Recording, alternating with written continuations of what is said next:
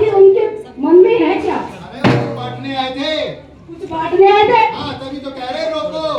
मुझे नहीं लगता अगर वो कुछ बांटने आते ना ऐसे गायब नहीं हो जाते। पता नहीं कहाँ चले गए, लगता है वो हमें बेवकूफ बना के चले गए। अरे नहीं बाहर है, गाड़ी से सामान निकालने गए।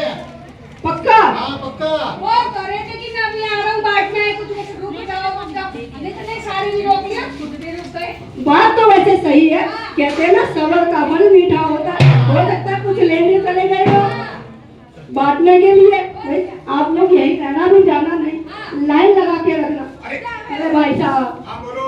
आपने बोला रोको रोको रोको, मैंने इतने सारे लोगों को रोक लिया। ठीक है। आप जो भी बांटने आए ना फटाफट बांटना शुरू कर दो, लाइन यहाँ से शुरू है। अरे भाई आज हम लोगों को ज्ञान बांटने आए हैं, आज हम लोगों को जानकारी देने आए हैं, आज हम लोगों को बताने आए हैं कि भैया हमारे देश की आबादी बहुत ज्यादा बढ़ गई।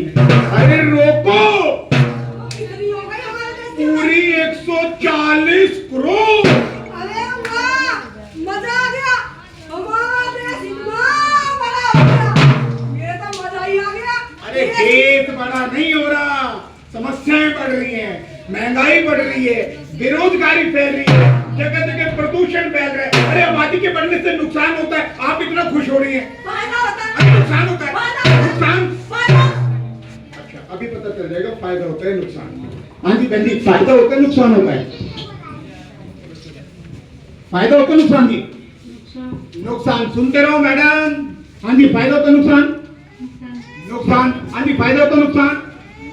नुकसान। मैडम फायदा होता है नुकसान? नुकसान। भाई साहब फायदा होता है नुकसान?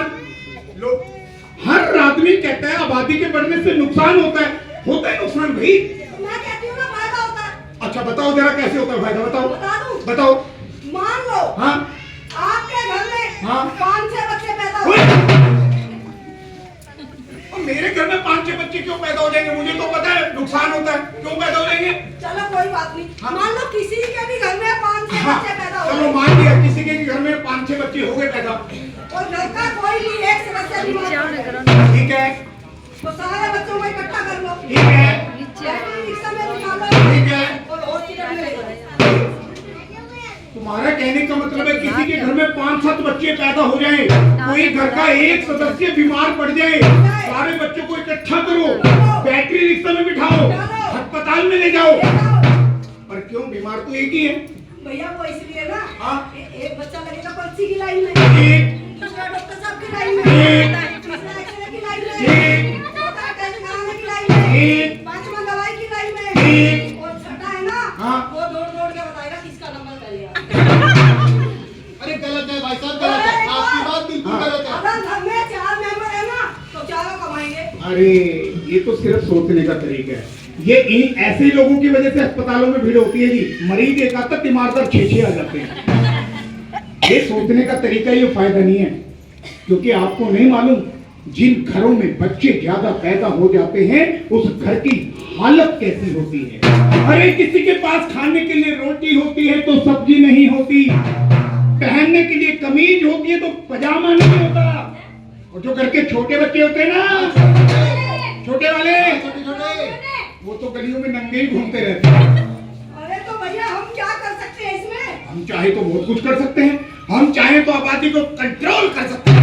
अरे भाई साहब ये चीनी के रेट थोड़ी है जो कंट्रोल हो जाएंगे। ओहो, अरे भाई चीनी के रेट तो सरकार कंट्रोल करेगी, पर आबादी को तो हम कंट्रोल करेंगे। कैसे? क्योंकि आज हमारे पास ऐसी ऐसी सुविधाएं आ गई हैं जिनका हम इस्तेमाल कर सकते हैं। कैसे? जैसे माला डी की गोलियां, माला एम की गोलियां, सहेली, कॉपर टी, महिला नलबंदी, पुरुष नसबंदी। भाई साहब पुरुष नसबंदी मैंने मौसा जी ने करवाई थी। अच्छा ये तो बड़ा पेट चिढ़ गया था अच्छा और खून तो ऐसा बहा था, हाँ। बिल्कुल घाट रह गई थी। अच्छा। और टाके तो ऐसे लगे थे ऐसे कि बोरा सिल दिया, बिस्तर से लग गए थे, चलने फिरने के काबिल नहीं बचे थे। भले ऐसे पुरुष नसबंदी का कोई फायदा है? बिल्कुल सही, मैं तो बिल्कुल नहीं कराऊंगा।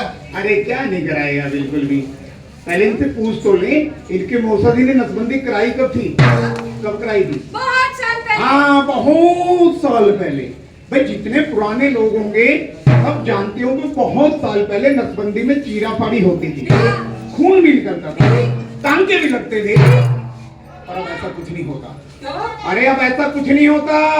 अब तो हमारे इन डॉक्टरों ने इतनी तरक्की कर ली कि 10 मिनट में नसबंदी हो जाती है। क्या बात कर रहे हैं भाई साहब? अरे भाई साहब 10 मिनट में अंडे का ऑमलेट नहीं पकता, तुम नसबंदी करवा रहे हो। अरे भाई, ऑमलेट पके या ना पके मुझे नहीं मालूम, पर 10 मिनट में नसबंदी जरूर हो जाती है, क्योंकि आज हमारे पास नई टेक्नोलॉजी आ गई, नई विधि आ गई, जिसको हम कहते हैं NSV, यानी कि नॉन स्कैल्पल वेस्टोमी। और ये एक ऐसी आधुनिक प्रक्रिया है जिसका इस्तेमाल करके 10 मिनट में ही नसबंदी होती है। ना कोई टांका लगता, ना कोई चीरा फाड़ी होती, ना कोई खून निकलता, और ना मर्दानगी में कोई कमी आती। अगर ऐसी बात है तो फिर आप अपनी नसबंदी क्यों नहीं करवा लेते? जाइए पहले आप अपनी नसबंदी करवाइए, बड़े आए हैं नसबंदी वाले।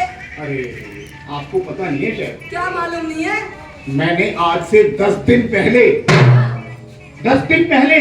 जी आचार्य भिक्षु हॉस्पिटल में जाके अपनी नसबंदी करा ली। कहीं से भी। अरे यही तो कमाल है NSV का।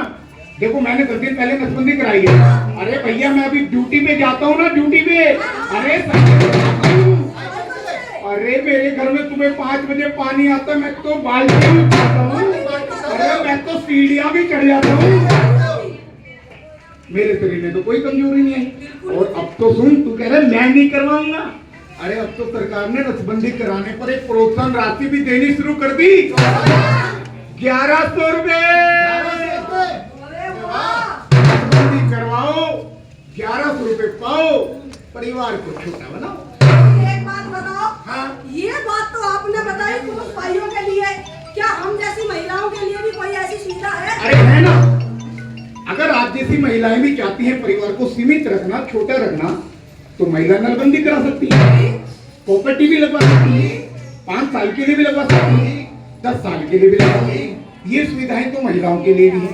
इसके अलावा एक अंतरा नाम का टीका आ गया, हर 3 महीने में उसको लगवा सकती हूँ। इसके अलावा एक इम्प्लांट नाम की चिप आ गई, बाजू में लगती है, हर 3 साल में वो चिप लगवा सकते हो। तो ये सुविधाएं तो महिलाओं के लिए भी हैं। लेकिन ये सारी सुविधाएं मिलेगी कहाँ? हाँ, ये सारी सुविधाएं हर बड़े सरकारी हॉस्पिटल में, स्वास्थ्य केंद्रों में, डिस्पेंसरियों में, मैटरनिटी होम में, जच्चा बच्चा केंद्रों में, आयुष्मान आरोग्य मंदिर में सरकार की ओर से एकदम फ्री। अरे भाई साहब ये तो आपने बहुत बढ़िया बात बताई। हाँ। कहते हैं ना आम के आम और गुठलियों के दाम। हाँ। परिवार छोटा हो गया, हाँ। नसबंदी हो गई, हाँ। और पुरुष भाइयों को तो 1100 रुपए भी मिल गए। हाँ। भाई साहब बहुत बढ़िया बताया आपने। बढ़िया ना? अब मैं तो घर जाके अपने घर वाले को बोलूंगी कि नसबंदी करवा लो। बच्चे काफी है। और भाई साहब मेरे को भी समझ में आ गया। हाँ। मेरे 3 बच्चे थे, चौथी की तैयारी कर रहा था। हाँ। आपकी बात समझ के अब मैं भी नसबंदी करा लूंगा। अरे भाई एक बात बता, पहले 3 बच्चे हैं। हाँ। 3 बच्चे भी तुमने गलती करी। तुम्हें पता है 3 बच्चे हो गए, तुम्हारी घरवाली की हालत कैसी हो रही होगी? अरे बच्चे 2 ही अच्छे, और उनमें अंतराल होना बहुत जरूरी है। पहला बच्चा, उसके बाद दूसरा बच्चा, कम से बीच में 2.5-3 साल का अंतर होना चाहिए, क्योंकि लगातार बच्चे पैदा करने से क्या होता है, माँ और बच्चों का शारीरिक रूप से विकास नहीं हो पाता, उनकी जान को खतरा बना रहता है। तो इस तरह बच्चों में अंतराल करना भी बहुत जरूरी है। इसीलिए कहते हैं छोटा परिवार, छोटा परिवार। हाँ, तो एक चीज मैं आपको बताना चाहूंगा, 2020 और 21 के अंदर कोरोना की बीमारी आई, क्यों जी आई ना? अच्छे अच्छे लोगों के हालात खराब हो गए थे, अच्छे अच्छे घरों में खाने के लाले पड़ गए थे उस समय, और आने वाला समय कैसा होगा किसी को नहीं मालूम। इसलिए समझदारी इसी में है कि अपने परिवार को सीमित रखो, क्योंकि छोटा परिवार हमेशा सुखी परिवार होता है। और अपने परिवार को सीमित रखने के लिए, छोटा रखने के लिए ये सारी सुविधाएं हमारे आचार्य भिक्षु गवर्नमेंट हॉस्पिटल में बिल्कुल मुफ्त हैं। इसके लिए आप हमारे फैमिली प्लानिंग डिपार्टमेंट में, आप हमारे गायनी डिपार्टमेंट में, आप हमारे सर्जरी डिपार्टमेंट में संपर्क कर सकते हैं। इसके अलावा आप अपने नजदीक की हेल्थ सेंटर डिस्पेंसरी में संपर्क कर सकते हैं, एएनएम बहन जी से संपर्क कर सकते हैं, आप अपने एरिया की आशा बहन जी से संपर्क कर सकते हैं, आप अपने एरिया में आंगनवाड़ी वर्कर से संपर्क कर सकते हैं। तो ये सारी सुविधाएं सरकार की ओर से दी जाती हैं। 12 महीने लगातार आप इनका लाभ उठा सकते हैं। समझ गए? तो इसीलिए कहते हैं जागो जागो रे भैया, जागो जागो रे भैया, जागो जागो रे भैया, जागो जागो रे भैया, जागो जागो रे बहना, जागो जागो रे बहना, जागो जागो रे बहना, जागो जागो रे बहना, जागो जागो रे भैया, जागो जागो रे भैया। तो आप लोगों को जागरूक करने के लिए chief district medical officer central Delhi और gynae department and family planning department Acharya Birju government hospital ये नाटक दिखाया जा रहा है। मैम से रिक्वेस्ट करूंगा आप आएँ और हमें आशीर्वाद रूप से आप भी कुछ अपनी बात रखें।